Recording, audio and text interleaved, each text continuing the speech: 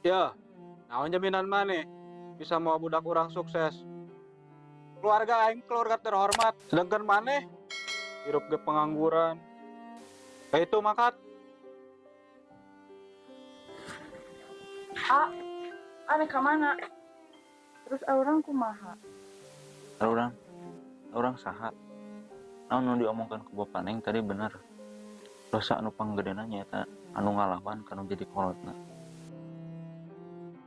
Saumpama di dunia ieu eueuh jelema miskin kos A rek saha nu nyebut keluarga terhormat ke keluarga nu.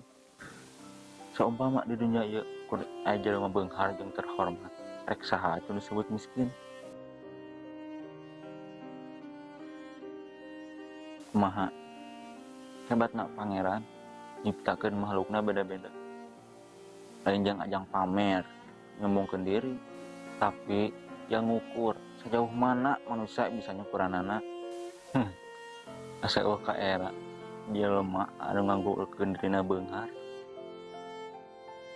bari jeung saukur titipan. Titip ke angin pangdepikeun ka asih